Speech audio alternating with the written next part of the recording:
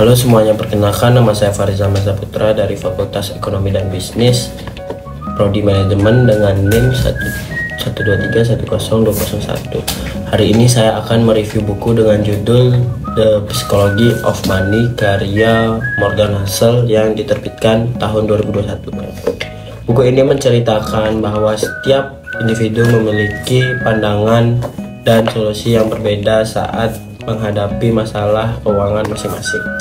Menurut buku The Psychology of Money, menjadi kaya yang sejati bukanlah sekedar berusaha memperoleh gaji tertinggi. Kekayaan yang sesungguhnya adalah ketika kita bangun di pagi hari dan tahu bahwa kita memiliki kebebasan untuk menjalani hidup sesuai keinginan kita, bekerja dalam pekerjaan yang kita cintai, bersama orang-orang yang kita hargai, dan dengan kendali atas waktu kita. Dalam buku ini mengajarkan bahwa menabung seharusnya bukan hanya untuk membeli sesuatu atau menghadapi kebutuhan mendesak, melainkan untuk menciptakan kenyamanan di masa depan. Morgan Housel adalah seorang penulis dan jurnalis keuangan dengan latar belakang pendidikan jurnalisme dari University of South Carolina. Alasan Morgan Housel memberi judul bukunya Psikologi Uang adalah karena kendali terhadap arus uang dalam hidup kita sangat dipengaruhi oleh kondisi psikologi pribadi. Dengan 236 halaman dan terdiri dari 20 bab pendek, menurut saya buku ini akan merubah cara kita memandang dan mengelola kondisi keuangan agar lebih stabil. Kelebihan dari buku ini yakni: pertama, buku ini bergambar hitam putih serta menampilkan beberapa tabel untuk mempermudah penjelasan dan contoh. Kedua, setiap babnya menceritakan beberapa kisah dan pengalaman para tokoh dari berbagai bidang, mulai dari yang sukses sampai mereka yang gagal perihal keuangan.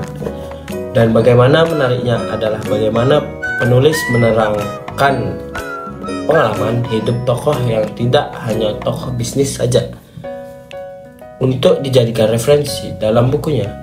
Penulis menjabarkan bagaimana seharusnya kita bersikap perihal kondisi finansial dengan penjabaran yang edukatif dan ilmiah. Setiap buku pasti mempunyai kekurangan. Kekurangan pada buku ini yakni: pertama, buku yang digunakan adalah seri terjemahan. Seperti buku terjemahan pada umumnya. Kedua, buku ini menggunakan kosakata yang baku dan monoton sehingga membuat pembaca sedikit bingung dan kesulitan memahami poin yang ingin disampaikan penulis.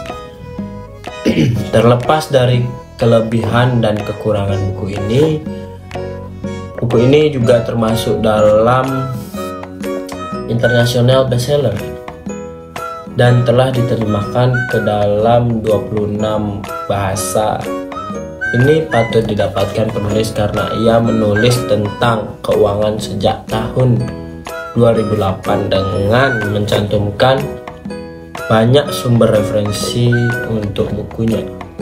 Oleh karena itu, saya berharap kalian tertarik membaca buku ini untuk memulai menerapkan beberapa saran dari buku ini dalam kehidupan sehari-hari, mulai dari mengelola keuangan dengan bijak dan menjalani kehidupan yang sejahtera dan bahagia. Harga bukunya cuma 85.000. Thank you.